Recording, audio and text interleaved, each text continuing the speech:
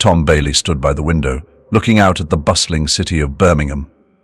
The skyline glittered in the night, but his thoughts were far from the view. His wife, Carol Martin, was the shining star of their city, a successful news anchor on a top TV station. Tom couldn't help but feel a mix of pride and awe every time he saw her on the screen, delivering the news with such poise and confidence. "She's incredible," he often thought to himself. "Tom, come and watch this segment," a colleague would call out during their breaks at the ad agency where he worked. Tom would stroll over, a smile spreading across his face as Carol's image appeared on the screen. With her intelligence and beauty, it was no wonder she was being courted by major markets like Atlanta and Chicago. There were even whispers about a New York offer, the ultimate goal for any news anchor. Their journey together began years ago at the University of Alabama. Tom still remembered the moment he first laid eyes on Carol at a freshman year fraternity party. She stood tall, her blonde hair catching the light, making her look almost ethereal. He was instantly smitten. Despite not being an athlete or model material, his outgoing nature drew her in. They hit it off immediately, their connection undeniable. "Hi, I'm Carol," she had introduced herself with a radiant smile. "Tom Bailey," he replied, trying to sound confident. "You're not from around here, are you?" "Good guess," she laughed. "I'm a broadcasting major from Birmingham." "And you?" "Marketing. From right here in Tuscaloosa." Their relationship wasn't without its ups and downs. They broke up once for 2 agonizing weeks. Tom missed her so much that he ran to her dorm one night, only to find her running toward him too. It was a movie-like moment, both of them promising never to part again. By their senior year, they were madly in love, engaged, and living together off campus. "I can't wait to marry you," Tom had whispered one night as they lay in bed. "Me too," Carol replied, kissing his cheek. "But let's wait until after graduation. I want a big wedding, and my family can afford it." A week after graduation, they were married in a beautiful ceremony at Canterbury Chapel. Carol got a weekend weather anchor job in Huntsville, a modest start, but a start nonetheless. Tom found a low-level job at a local ad agency, eager to gain experience. Carol's career took off quickly. Within a year, she was offered a reporter position at the largest station in Mobile. They moved to the Gulf Coast, where Tom secured a job at a big ad firm. Carol thrived, becoming a weekend newscaster and eventually the co-host of the nightly news. When she announced her pregnancy, her popularity soared, and their daughter Susan's birth became a local event. The station even produced a documentary series on Carol's experience as a new mother, which won a regional Emmy. Tom couldn't have been prouder. Their move to Birmingham for Carol's new co-host offer at WSYY was a major step up, both exciting and nerve-wracking. Birmingham, with its 1.2 million population, was a significant media market. Tom was cautious about the move but found solace in the support they received. Recommendations from friends in Mobile and the Birmingham station's management helped him find a great job at the city's second-largest advertising agency. A knowledgeable real estate agent found them a wonderful house in Hoover and a fantastic daycare for Susan. Their new life in Birmingham seemed perfect. "This is going to be great for us," Tom often told Carol, though he sometimes felt a pang of nostalgia for their beloved Mobile. Tom's daily routine was a well-oiled machine. Every morning he woke up early to make breakfast. The smell of sizzling bacon and freshly brewed coffee filled the kitchen. He took a moment to enjoy the quiet before the day began. Carol and Susan were still asleep, their gentle snores a comforting background sound. Tom cherished these peaceful moments, knowing they wouldn't last long. After breakfast, he dressed in his sharpest suit and kissed Carol and Susan goodbye. Carol usually murmured a sleepy "love you" as he left. Susan, her tiny arms wrapped around her favorite stuffed animal, would sometimes stir and smile at him. Tom's job at the advertising agency was demanding, but he enjoyed the challenge. He was good at what he did, and his colleagues respected him. Still, as the day wore on, he found his thoughts drifting back to Carol. He missed her, missed the closeness they once had. Carol's job was no less demanding. She woke up later in the morning, spending time with Susan before taking her to Mrs. Ollop's daycare. Mrs. Ollop was a sweet woman who introduced the children to concepts they would encounter in kindergarten. Carol often mentioned how much Susan loved it there. After dropping Susan off, Carol would head to the station by 3 p.m. to prepare for the evening news. She was on air at 6 p.m. and again at 10 p.m. These late-night post-mortem meetings with Don Sanchez, the news director, meant she often came home even later. The competition for ratings was fierce, and the station constantly sought to increase their audience share. Another late night, Tom asked one evening, as Carol walked through the door, looking exhausted. "Yeah, Don is really pushing us," she replied, setting her bag down. "We're so close to beating the competition. He just wants to make sure we stay on top." Tom nodded, though he couldn't hide his frustration. "I just miss spending time with you, Carol." She sighed, rubbing her temples. "I know, Tom, but this is important for my career. For us." Tom tried to be understanding. He knew how much Carol's career meant to her, but he couldn't shake the feeling that something was slipping away.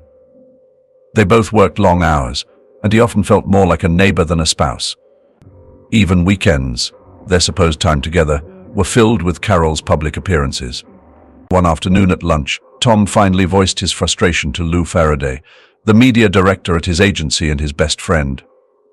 Lou was married with a daughter slightly older than Susan. He often talked about how happy he was with his family, which only heightened Tom's sense of loss. "Damn, I wish I had what you have," Tom blurted out, surprising himself with how bad he felt.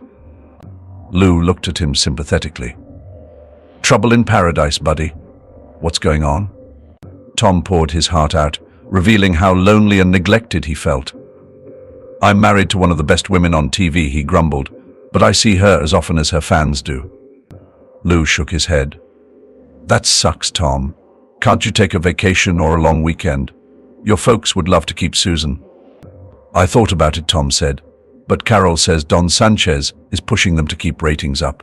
He's afraid their absence will cause a drop they can't recover from." Lou pondered for a moment. "Look, I know Don Sanchez. He's ambitious, but he's also decent.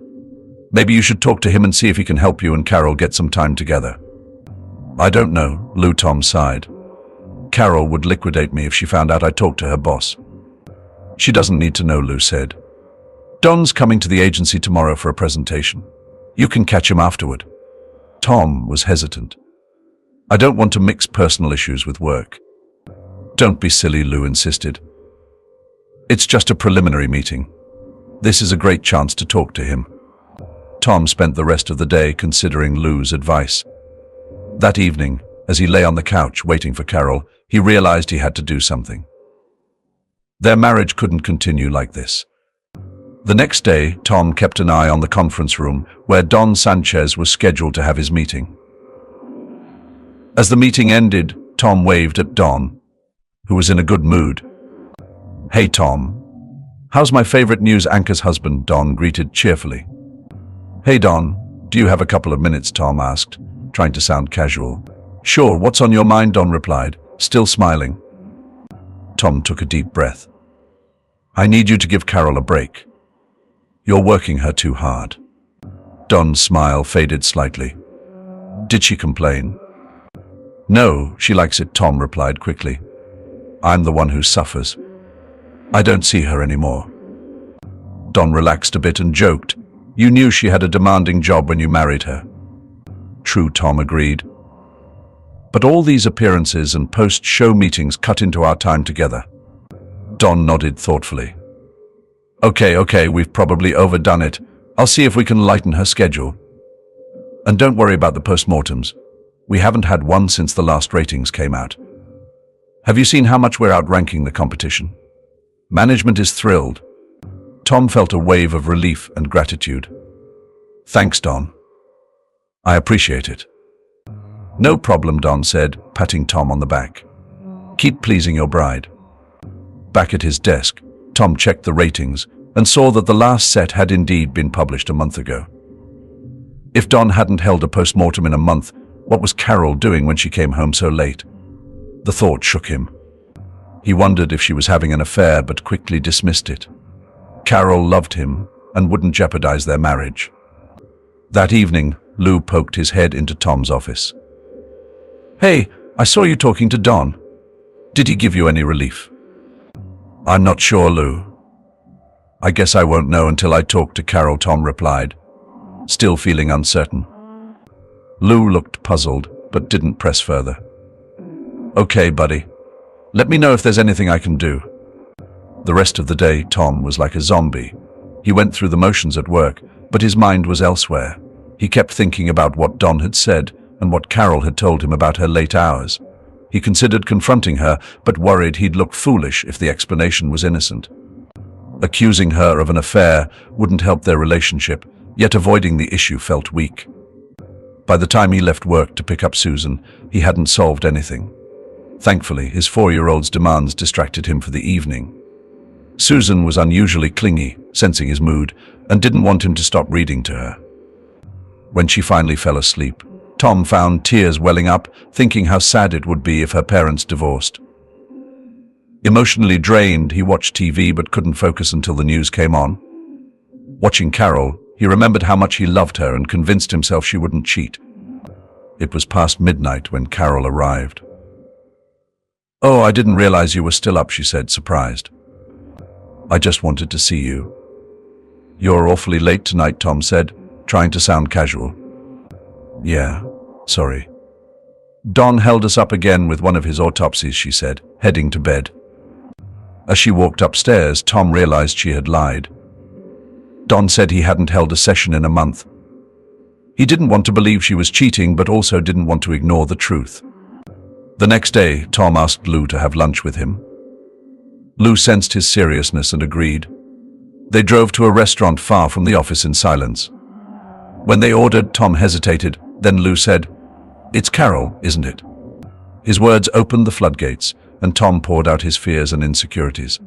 Lou listened silently. "Damn, I thought you and Carol had the happiest marriage," Lou said. "Me too," Tom replied sadly. "So what are you going to do?" Lou asked. His question clarified Tom's thoughts. "Lou, I need to go to the station and see for myself. If I'm wrong and everything's innocent, I'll sneak out undetected. Carol will never know." "What if you're right?" Lou asked quietly. "I don't know. But at least I'll know the truth. It's better than this agony." "What about Susan?" Louisiana asked. "I've already thought of that. When we get back, I'll call Mrs. Alsop and ask if she can keep Susan late tonight. She's offered before, so it should be fine," Tom explained. They finished lunch and returned to the office. Though still distraught, Tom felt some relief having a plan. Even those facing execution feel some relief when the day finally arrives. Tom returned to the office, feeling a strange mix of anxiety and determination. Mrs. Alsop agreed to keep Susan until 11 p.m., giving Tom enough time to investigate. "Thank you, Mrs. Alsop. I really appreciate it," Tom said, trying to keep his voice steady. "It's no trouble at all, Tom. Susan is like family to me," Mrs. Alsop replied warmly. After work, Tom informed Susan of the change in plans. "We're going to have a pizza party at Mrs. Alsop's tonight, okay," he told her, trying to sound enthusiastic. Susan's eyes lit up.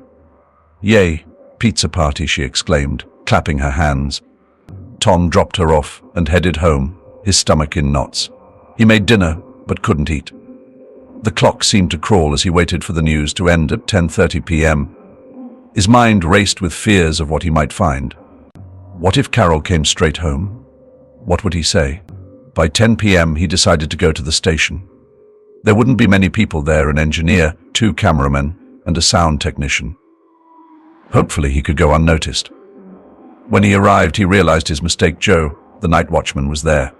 Joe knew him, so getting in wasn't an issue, but Tom had to sign in, eliminating any hope of stealth. "Good evening, Mr. Bailey," Joe said. "Here to see the news." "Yeah," Tom replied, signing the log. "Just wanted to check in on Carol." Joe looked at him sympathetically. "There won't be a problem, will there?" "No, of course not," Tom replied quickly, heading to the studio. Joe's words made him uneasy. Did he know something? Tom peeked through the blackout curtains. The news had just ended, and Carol was heading toward the green room instead of her dressing room. The green room was usually reserved for guests who never appeared on the 10 News.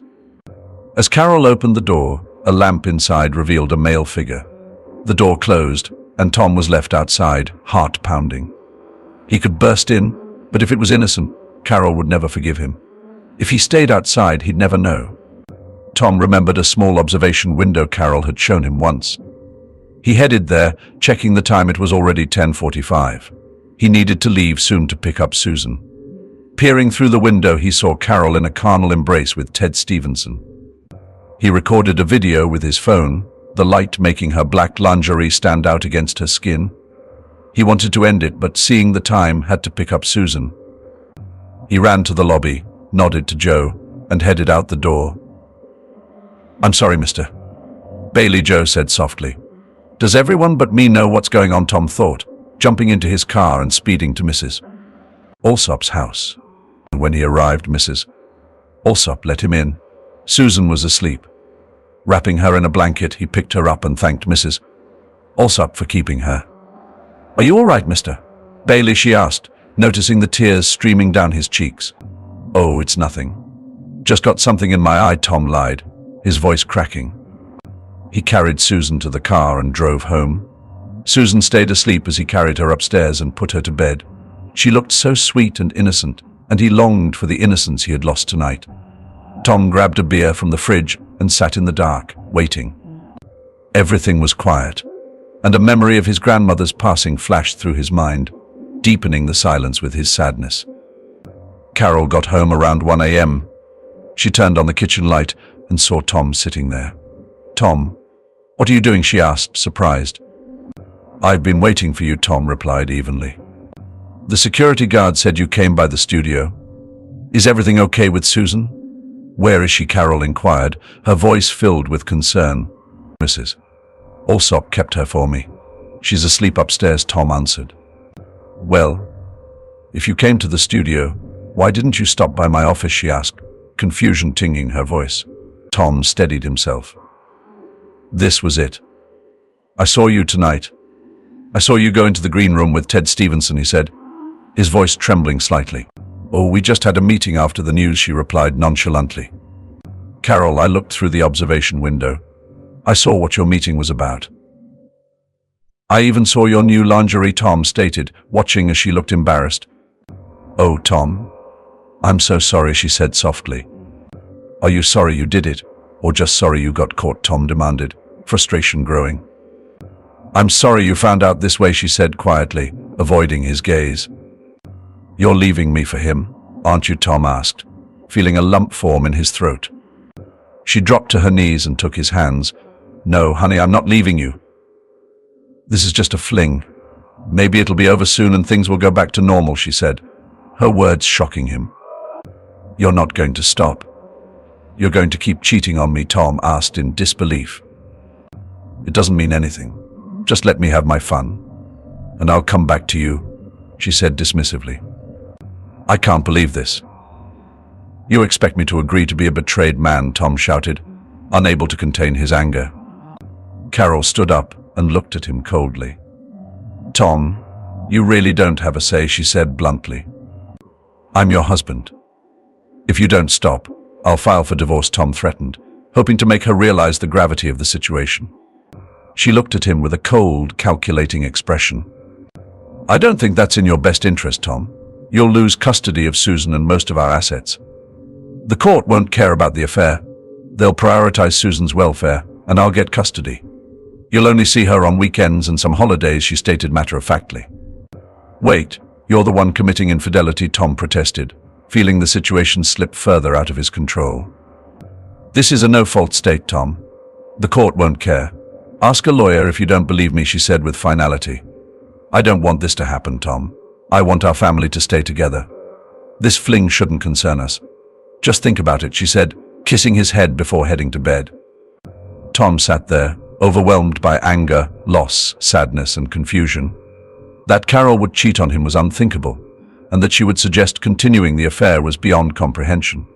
Finally, he dragged himself to bed and fell asleep almost immediately, exhausted by the night's events.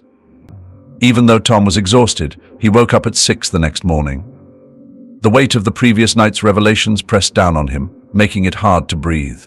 He showered, shaved, and dressed mechanically, wild thoughts running through his mind. Run away, shake Carol awake, kidnap Susan. Nothing seemed right. But looking at Susan asleep, he knew he had to stay strong for her. Doing something stupid would only cause him to lose her. He had to put her first. Tom did his morning chores and headed to the office, working on autopilot. When Louisiana saw him, he knew something was wrong. "Tom, are you okay?" Lou asked, concern etched on his face. Tom couldn't hold back. "No, Lou, I'm not. I need to talk to you." He led Lou into his office and closed the door. "What's wrong?" Lou asked, his worry deepening. Tom told everything about the previous night, Carol's affair, her cold dismissal of his feelings, and her shocking suggestion that he accept her infidelity. Lou listened, his expression shifting from shock to anger. "Damn it, Tom. She expects you to put up with her cheating," Lou said, barely containing his rage. "She's out of her mind." "I know," Tom said, feeling hopeless. "I don't know what to do." Lou looked Tom in the eye. "You need to consult an attorney. Find out your rights. Carol's counting on you being passive, but you need to fight for Susan." "Hello," I replied. "I don't know any lawyers in Birmingham," Tom said, his voice shaky. "That's where I can help," Lou said with a smile. "My college roommate is a lawyer here. I'll call him." A moment later, Lou returned with a piece of paper. "You have an appointment at 1 p.m. today. Here's his name and address." "Thanks, Lou." "At least it gives me something to do," Tom said gratefully. "No problem. After you meet him, come back and tell me what he said," Lou instructed. The meeting with the lawyer was disheartening. He listened to Tom's story and then explained the harsh realities of their no-fault state. In a no-fault state, the court doesn't care who did what. It only decides on the division of property and child welfare, the lawyer said.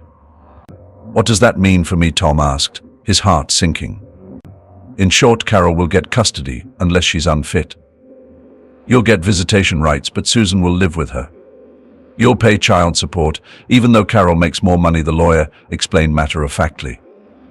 "And the house?" Tom asked, hoping for some good news. "It's joint property, but the court prefers children to stay in the house. Carol will likely keep it until Susan turns 18. Then you can sell it and divide the equity," the lawyer clarified. "But what if she moves to another market?" Tom objected. "Then you can sell the house. Until then, it stays put," the lawyer said. Tom shook his head, feeling defeated. Damn it, she knew exactly what she was talking about.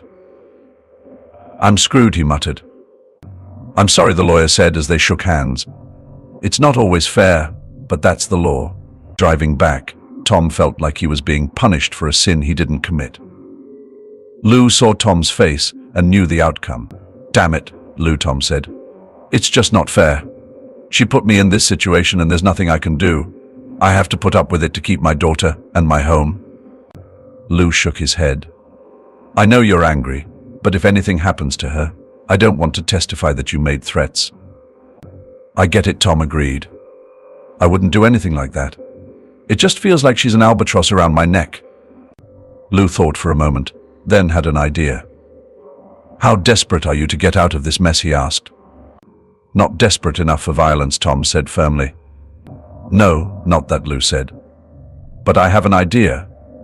They talked for an hour, with Tom repeatedly saying it was crazy and wouldn't work. Lou kept asking how much worse off he'd be. Eventually, Tom realized he was stuck and needed to try something. "Okay, Lou, I'm in," Tom said finally. He left the office feeling determined but filled with doubt. Could he risk losing his daughter for this plan? Maybe it was better to live as a betrayed man. As he picked up Susan and made dinner, he kept thinking. Surprisingly, Carol came early that evening. She put Susan to bed, and Tom heard them laughing and reading stories. It felt like old times. When Carol came downstairs, Tom thanked her. "She misses you, especially at bedtime," he said. "I know," Carol said softly. "And I miss her too." Tom wondered if she was reconsidering her choices, but his hopes were dashed quickly. "I'm taking a vacation next week," Carol said. "Don Sanchez suggested it because our ratings are so high." "I'll check with my boss tomorrow to join you," Tom said, trying to sound enthusiastic. No, Tom. Ted and I are going away alone. We're tired of sneaking around and want to enjoy each other without worries. Tom was stunned. Carol continued, Mrs. Alsop will keep Susan all week. You just need to drop her off and pick her up. Here's where I'll be if you need to contact me. She handed him a paper. We'll be back on Sunday, and things will go back to normal. She kissed him on the head like a child and went to bed. Oh my God, Tom thought. This is the most humiliating experience of my life. He was shaking with anger and knew he had to regain his dignity. Lou's crazy plan seemed like the best option. Lou sets up hidden cameras and captures incriminating footage of Carol discussing her views on marriage and her affair with Ted. Lou edits the footage into a viral video and uploads it to YouTube. The video goes viral, causing a public uproar. Competing news stations pick up the story. Carol and Ted become the subject of scandal, leading to their dismissal from the station. Tom left work early on Friday to see Carol before she left with Ted Stevenson. He arranged for Mrs.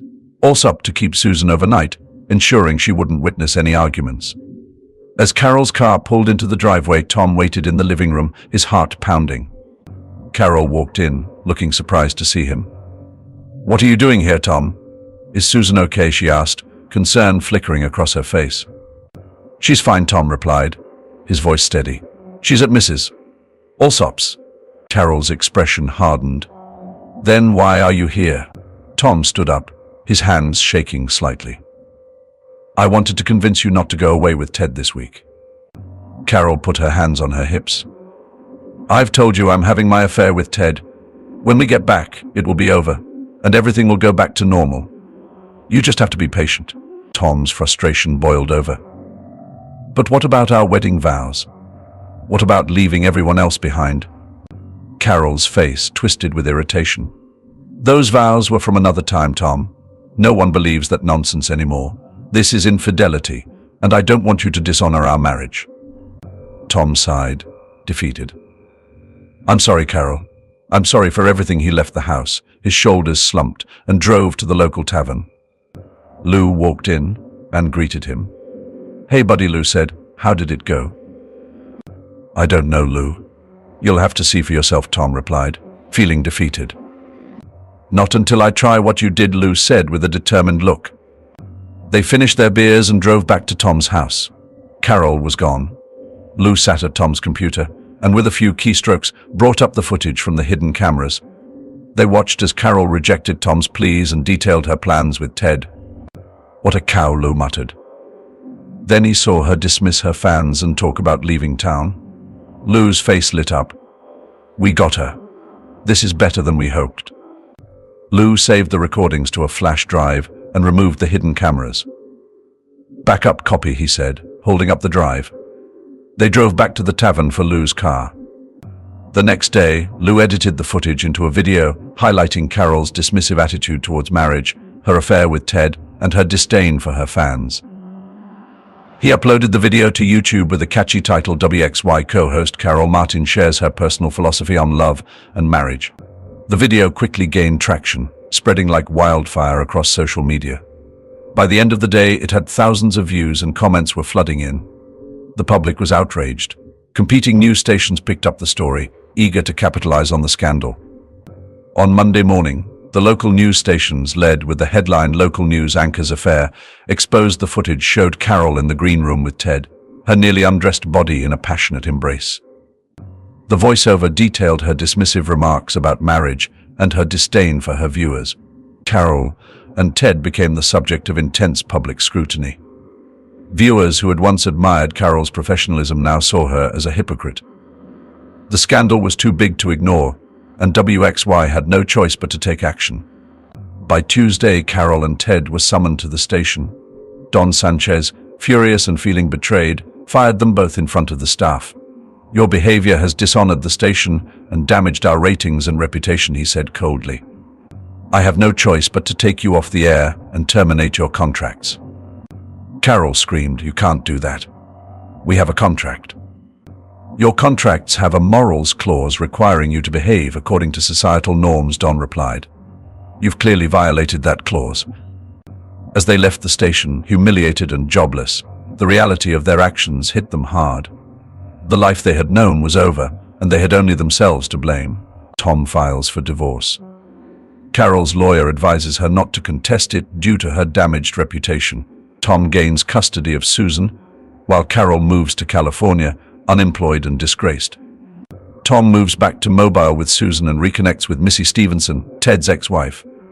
Tom and Missy bond over their shared experiences, eventually falling in love and getting married. The morning after the video went viral, Tom contacted his lawyer to initiate divorce proceedings. "I need to file for divorce," he said firmly, the weight of the decision settling over him. His lawyer nodded, understanding the gravity of the situation. "We'll get the paperwork started." Given the public nature of this scandal, Carol might not contest it. Tom sighed in relief. He wanted to move forward, for both his and Susan's sake. "Thank you. I just want to protect Susan." The papers were filed, and within days Carol's lawyer contacted her. The once confident news anchor now faced a harsh reality. Her lawyer advised her not to contest the divorce, given her tarnished reputation. "Carol, fighting this will only make things worse.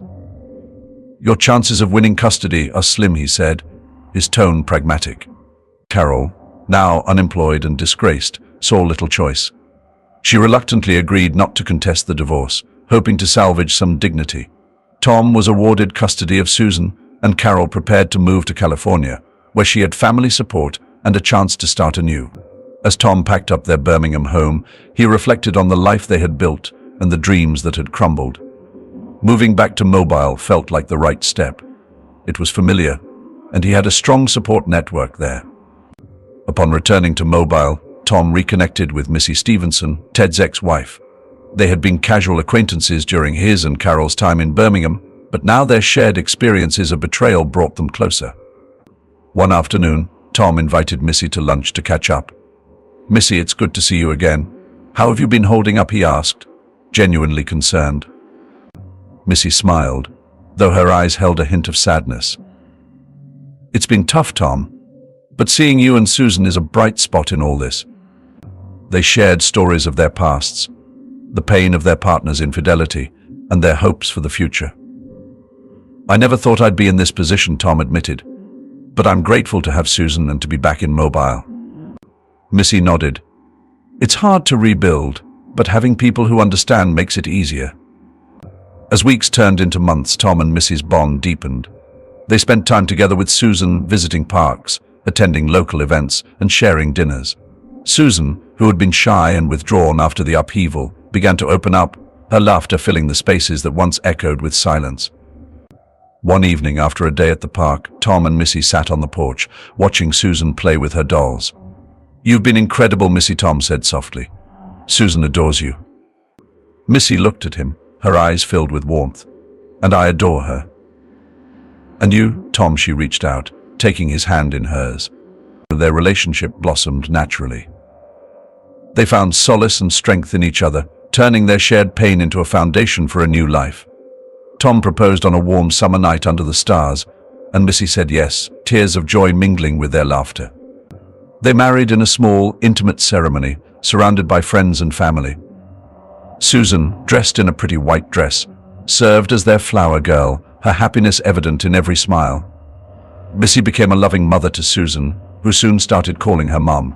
Tom felt a sense of peace and fulfillment he hadn't known in years. Despite the pain and betrayal, he had found love again. They built a new home together, filled with warmth, laughter, and love. The future, once so uncertain, now seemed bright and full of promise. Missy becomes a loving mother to Susan, who starts calling her Mom. Carol undergoes therapy and reaches out to apologize to Tom and Missy. They meet at the airport during a visit with Susan, and Carol expresses her remorse, seeking forgiveness. Tom and Lou start a new advertising agency in Mobile. Missy quickly settled into her new role as a mother to Susan. The transition was smoother than Tom could have ever hoped for. Missy's natural warmth and kindness enveloped Susan, who soon started calling her Mom. The bond between them grew stronger each day, and Tom found immense joy in watching them together. One sunny afternoon, Tom watched from the porch as Missy and Susan played in the garden. "Mom, "Look at this flower," Susan exclaimed, holding up a bright red bloom. Missy knelt down to examine the flower. "It's beautiful. Just like you," she said, kissing Susan's forehead. Tom's heart swelled with love and gratitude.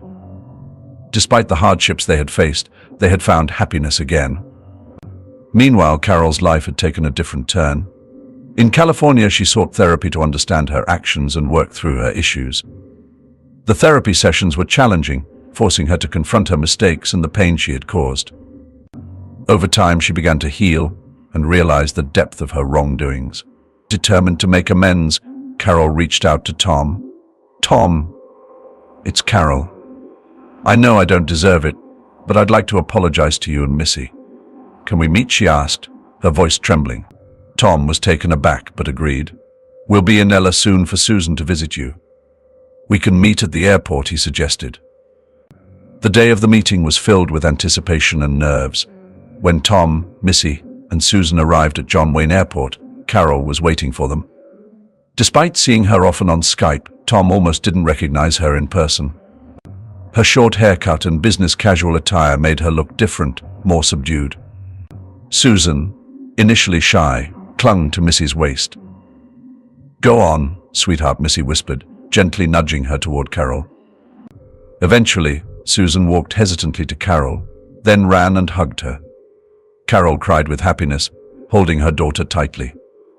Carol turned to Tom and Missy, her eyes filled with remorse. "Thank you for agreeing to meet. I've done a lot of thinking and therapy over the past couple of years. I realized what I had become in my pursuit of stardom and how much I hurt those around me, especially you two. You probably can't forgive me, but I hope you won't hate me." Tom and Missy exchanged a look, then hugged Carol together, letting go of a lot of past hurt. "It's important for Susan to have a relationship with you," Missy said softly. "Thank you," Carol whispered, tears streaming down her face. "I promise to be better." After the visit, Tom and Missy returned to Mobile with a sense of closure and new beginnings. Tom's next step was to start a new advertising agency with Lou, who had been a steadfast friend through all the turmoil. Tom called Lou one evening. "Lou, I've got a proposition for you." "What's that?" Tom Louisiana asked, intrigued. "Quit your job, move here, and start an advertising agency with me. Bailey and Faraday." "What do you say?" Tom proposed, his heart racing with excitement. Lou laughed. "Only if we call it Faraday and Bailey." They both laughed, the excitement palpable. They began planning the new venture, each bringing their unique skills to the table. Lou wasn't happy at his old job and was eager for something new, so Tom's call came at the perfect time. Tom, Missy, and Susan welcomed Lou and Adi to Mobile, helping them settle into a beautiful home nearby. Their new advertising agency, Faraday and Bailey, opened its doors with high hopes and a shared vision. Their first major client asked for a viral campaign, showcasing their expertise and innovative approach. Tom and Lou worked tirelessly, driven by their passion and determination. Their bond, forged in adversity, strengthened as they built their business from the ground up. The future, once uncertain, now seemed filled with endless possibilities. Their first major client asks for a viral campaign, showcasing their expertise. Tom reflects on the journey from betrayal to rebuilding his life. He feels grateful for the support of his friends and family, especially Lou and Missy. Tom, Lou, and their families celebrate their new beginnings with a sense of hope and optimism for the future. Faraday and Bailey's first major client was a local tech startup looking to make a big splash in the market. The company's CEO, Jake, was young and ambitious, eager to stand out in the crowded tech landscape. During their first meeting, Jake leaned forward, eyes gleaming with excitement. "I want to stand out," Jake said. "Can you guys do something like a viral campaign?" Tom and Lou exchanged a knowing glance. "We can handle it," Tom said confidently, feeling a surge of determination. For the next few weeks, the team worked around the clock, brainstorming, filming, and editing. They drew from their past experiences, including the viral video that had changed Tom's life. The campaign was a massive success, generating buzz and driving traffic to the startup's website. Jake was thrilled, and word spread quickly about Faraday and Bailey's innovative approach. One evening, after another successful day, Tom sat on the porch of his new home, reflecting on his journey. The past few years had been a whirlwind of emotions: betrayal, heartbreak, resilience, and finally healing. He thought about the night he discovered Carol's affair, the viral video that exposed it, and the painful divorce that followed. He remembered the fear of losing Susan and the relief when he gained custody. Tom looked at the garden where Susan and Missy were playing with their dog. Missy had become an incredible mother to Susan, filling their home with love and laughter. He was grateful for her unwavering support and the bond they shared. Despite the chaos and heartbreak, he had found a way to rebuild his life, piece by piece. Tom was also deeply grateful for Lou. His friend had stood by him through the darkest times, offering advice, support, and a crazy plan that had ultimately saved him. Lou's loyalty and friendship had been a lifeline, and their new business was a testament to their shared strength and vision. As the sun began to set, Tom called out to Missy and Susan. "Come on, you two. Let's go inside. Dinner's almost ready." Missy smiled and took Susan's hand. "Okay, Daddy," Susan giggled, running towards him. Inside, the house was warm and inviting, filled with the scent of home-cooked food. Tom felt a deep sense of contentment as he looked around the table at his family. They had come through so much, and now they were stronger for it. Later that week, Tom and Lou decided to celebrate their new beginnings with a barbecue at Lou's house. Eddie had prepared a feast, and their friends and family gathered to join in the celebration. The backyard was filled with laughter and the sounds of children playing. Tom raised his glass for a toast. "To new beginnings," he said, his voice filled with emotion. "To the friends and family who stood by us, and to the future that lies ahead." Everyone raised their glasses, echoing his sentiment. To new beginnings. As the night went on, Tom looked around at the people who had supported him through the hardest times. He saw Missy, his partner in life and love, Susan, their bright and joyful daughter Lou, his loyal friend and business partner, and Eddie, who had welcomed him into their family with open arms. He felt a profound sense of gratitude and hope. The future, once filled with uncertainty, now seemed bright and full of promise. They had built something beautiful from the ashes of their past, and together they would continue to grow and thrive. Tom and Lou discuss expanding their business, confident in their ability to handle challenges together. The story ends on a hopeful note, with Tom embracing his new life and looking forward to the future. The success of Faraday and Bailey's first major campaign set the stage for even greater ambitions. As word of their innovative approach spread, more clients came knocking, eager to tap into their creative expertise. Tom and Lou found themselves busier than ever, but the hard work was paying off. One afternoon, as they wrapped up a meeting with a potential client, Lou leaned back in his chair, a satisfied grin on his face. "Tom, we've come a long way, haven't we?" Tom nodded, reflecting on their journey. "Yeah, we have. And it feels like we're just getting started." Lou's eyes sparkled with excitement. "I've been thinking. Maybe it's time we consider expanding. We could open a second office, maybe in Atlanta or New Orleans. What do you think?" Tom considered the idea, feeling a surge of excitement. "I think it's a great idea, Lou. We've got the momentum, and we're ready for the challenge." They spent the next few weeks planning their expansion, carefully selecting locations and strategizing their next moves. The prospect of growing their business was thrilling, and they felt confident in their ability to handle whatever challenges came their way. Tom couldn't help but feel a deep sense of fulfillment. The journey from betrayal to rebuilding his life had been arduous, but it had led to this moment.